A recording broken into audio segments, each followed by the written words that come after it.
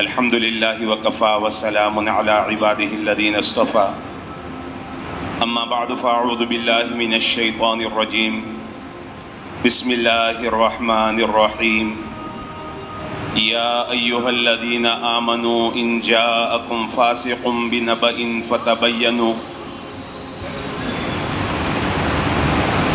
فتبينوا أن تصيبوا قوما بجهالة فتصبحوا على ما فعلتم نادمين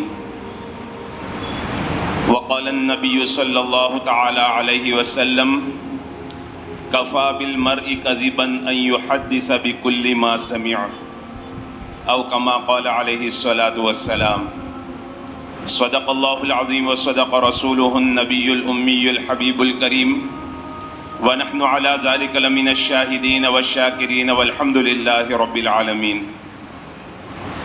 اللهم صل على محمد وعلى آل محمد كما صليت على إبراهيم وعلى آل إبراهيم إنك حميد مجيد اللهم بارك على محمد وعلى آل محمد كما باركت على إبراهيم وعلى آل إبراهيم إنك حميد مجيد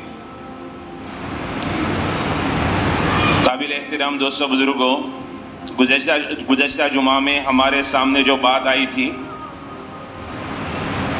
وہ بات ہمارے سامنے تھی بدگمانی کے تعلق سے کہ بدگمانی سماج کو توڑ دیتی ہے۔ اب سوال یہ ہے کہ بدگمانی کیوں پیدا ہوتی ہے؟ بدگمانی عمومی طور پر غلط فہمی سے پیدا ہوتی ہے۔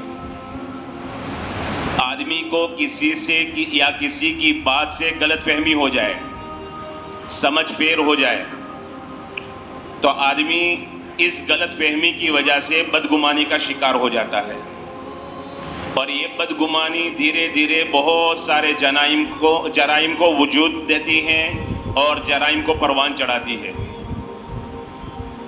لہذا غلط فہمی سے بچنے کی ضرورت ہے۔ مذہب اسلام ایسا پاکیزہ مذہب ہے جس نے اس رشتوں کو جوڑنے کے تعلق سے، صلہ رحمی کے تعلق سے بہت زور دیا، ان تمام باتوں کو بیان کیا جن کی وجہ سے سماج ٹوٹ جاتا ہے۔ میاں بیوی کے درمیان نفرتیں آ جائے، باپ بیٹے کے درمیان نفرتیں آ جائے، دوست اور دوست کے درمیان نفرتیں آ جائے، پارٹنروں کے درمیان نفرتیں آ جائے، استاد اور شاگرد کے درمیان نفرت آ جائے، پیر اور مرید کے درمیان نفرت آ جائے۔ یہ ساری باتیں اسلام نے کھول کر بیان کی ہے تاکہ معاشرہ ہمارا بنا رہے، بگڑ نہ جائے۔ لہذا غلط فہمی سے بھی اسلام نے ہمیں منع کیا ہے۔ کوئی بات ایسی پیش آ جائے جس کی وجہ سے آدمی کو غلط فہمی ہو جائے، اور یہ غلط فہمی جب دیر تک دل میں رہتی ہے تو پھر آدمی کو بدگمان بنا دیتی ہے، اور جب بندہ کسی کے بارے میں بدگمان ہو جاتا ہے، سامنے والا جتنا بھی فرشتہ صفت کیوں نہ ہو، بندہ اس میں بھی کیڑے نکالتا ہے۔ اس لیے غلط فہمی سے اپنے آپ کو بچانا۔ غلط فہمی بہت ساری چیزوں سے ہو جاتی ہے۔ ایک تو آدمی نے دیکھا کچھ، اب دیکھا ہے اپنی آنکھوں سے لیکن سمجھا اپنے اعتبار سے ہے، یا کسی نے آ کر بتایا کہ فلاں تیرے بارے میں یوں کہہ رہا تھا، یا فلاں تیرے بارے میں یہ گمان کرتا ہے۔ اب یہاں سے غلط فہمی وجود میں آتی ہے، سامنے والے کے بارے میں غلط خیال اور غلط فہمی آ جاتی ہے، اور پھر یہ دھیرے دھیرے آدمی کو گناہوں کی طرف کھینچ لیتی ہے۔ لہذا غلط فہمی سے اپنے آپ کو بچانا۔ قرآن کریم میں اللہ رب العزت نے اس غلط فہمی کا توڑ بیان کیا ہے، اور عمومی طور پر آپ دیکھیں دنیا میں جتنے بھی رشتے ہیں وہ قدرتی موت نہیں مرتے، کوئی رشتہ قدرتی موت نہیں مرتا، ہر رشتہ انسان قتل کرتا ہے۔ قدرت نے تو جوڑنے کا حکم دیا ہے، رشتوں کو جوڑ کر رکھو۔ آپس کے درمیان کوئی اختلاف ہو جائے تو شریعت نے کتنی بہترین تعلیم دی، انسان کا مزاج سامنے رکھتے ہوئے اسی کا نام ہے کہ اسلام فطرت والا دین ہے. کہ آدمی کو غصہ آتا ہے، ناراضگی ہوتی ہے، دل شکنی ہوتی ہے، دل ٹوٹتا ہے، دل دکھتا ہے، لہذا شریعت نے ہمیں یہ حکم دیا کہ 3 دن سے زیادہ یہ غصہ نہیں رہنا چاہیے. یہ نہیں کہا کہ غصہ نہیں آنا چاہیے، آپس میں جھگڑا نہیں ہونا چاہیے، اونچی آواز نہیں ہونی چاہیے، توڑ نہیں ہونا چاہیے، یہ نہیں فرمایا.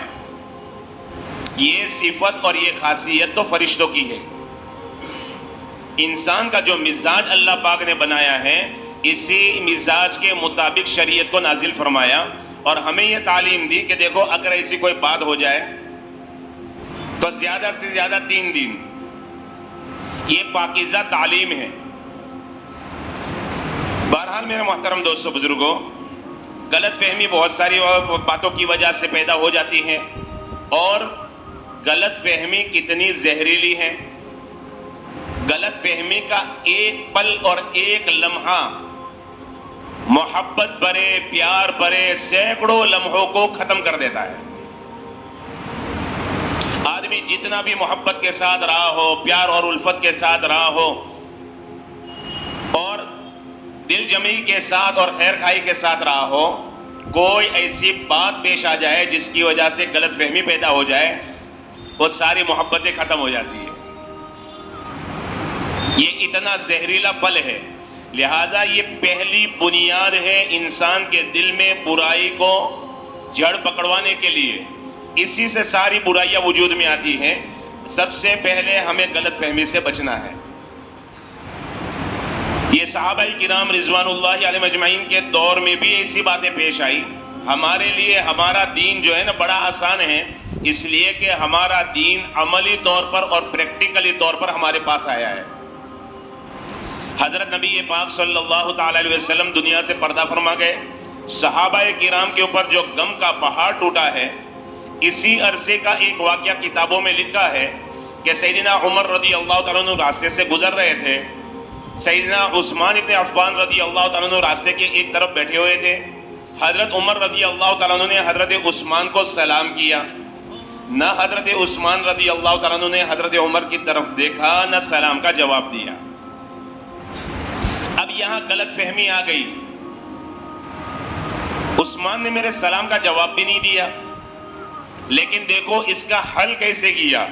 دل کے اندر اس بات کو رہنے نہیں دیا، سیدھے حضرت ابو بکر صدیق رضی اللہ تعالیٰ عنہ کے پاس گئے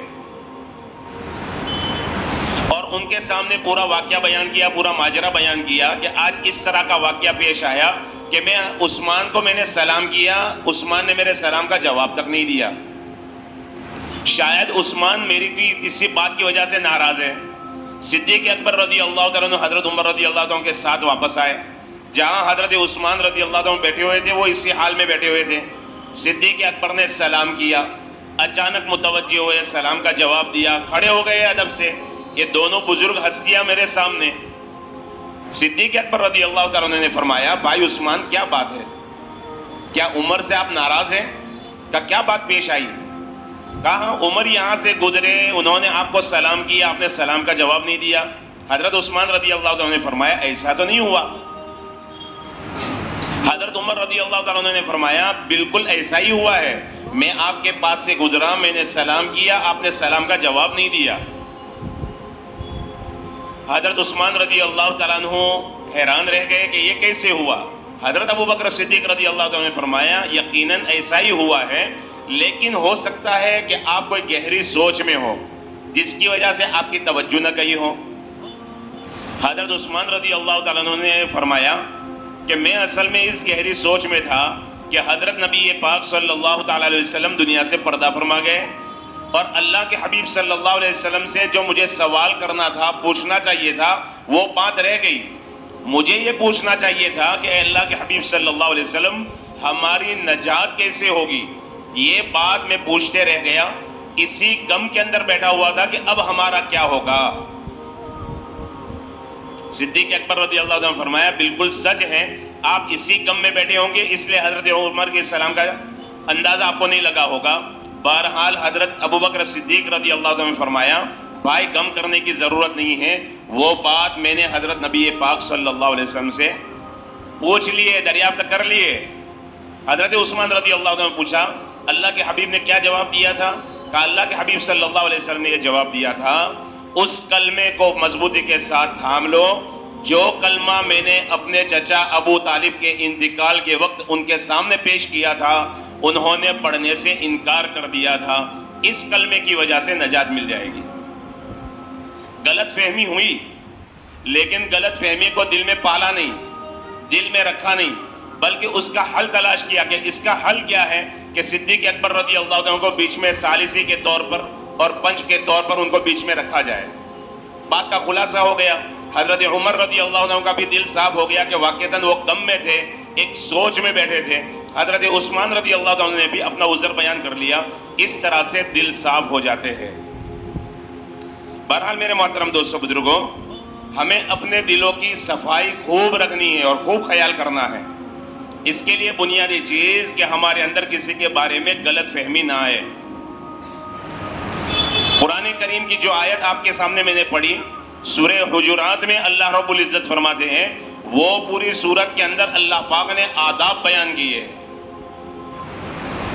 کہیں حضرت نبی پاک صلی اللہ علیہ وسلم کی خدمت میں حاضر ہونے کے آداب, آقا صلی اللہ علیہ وسلم سے گفتگو اور بات کرنے کے آداب, آقا گھر میں آرام فرما رہے ہو تو آقا کے لیے کس طرح کا انتظار کیا جائے وہ آداب, مومنوں کے آپس میں, ایمان والوں کے آپس میں کس طرح کے برتاؤ ہو اور کن چیزوں کا خیال رکھا جائے اور کن چیزوں سے بچا جائے, وہ آداب بیان کیے ہیں. اس میں اللہ رب العزت نے ایک ادب سکھلایا, یا ایھا الذین آمنو, اے میرے ایمان والے بندو, ان جاءکم فاسق بنبأ, جب تمہارے پاس کوئی کانوں کا کوئی کچا آدمی تمہارے پاس کوئی بات لے کر آئے, فتبینوا, تحقیق کر لیا کرو, تحقیق کر لیا کرو. یہ آیت اللہ پاک نے جو نازل فرمائی اس کو کہتے ہیں شان نزول. کیا وجہ بنی تھی کہ اللہ پاک نے یہ آیت نازل فرمائی؟ وجہ یہ بنی تھی, بنو المستلق ایک قبیلہ تھا, وہ قبیلہ اسلام کا اور مسلمانوں کا کٹر دشمن تھا. اللہ کے حبیب صلی اللہ علیہ وسلم کو پیغام ملا کہ بنو المستلق وہ تیاری کر رہے ہیں مسلمانوں سے لڑنے کے لیے, اور صرف اپنا قبیلہ تیار نہیں کر رہے, آس پاس کے لوگوں کو بھی ابھار رہے اور بھڑکا رہے ہیں.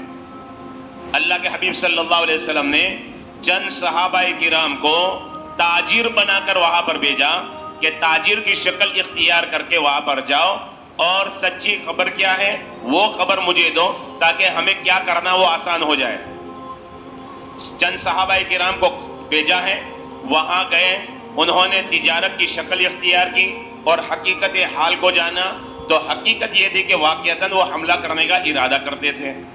انہوں نے آ کر مدینہ پاک میں آ کر نبی پاک صلی اللہ علیہ وسلم کو خبر دی, پیارے آقا جو بات ہم تک پہنچی وہ بالکل صحیح ہے, وہ لوگ تیاری کر رہے ہیں, اتنا ہی نہیں آس پاس کے گاؤں والوں کو بھی ابھار رہے ہیں اور ان کو بھی آمادہ کر رہے ہیں.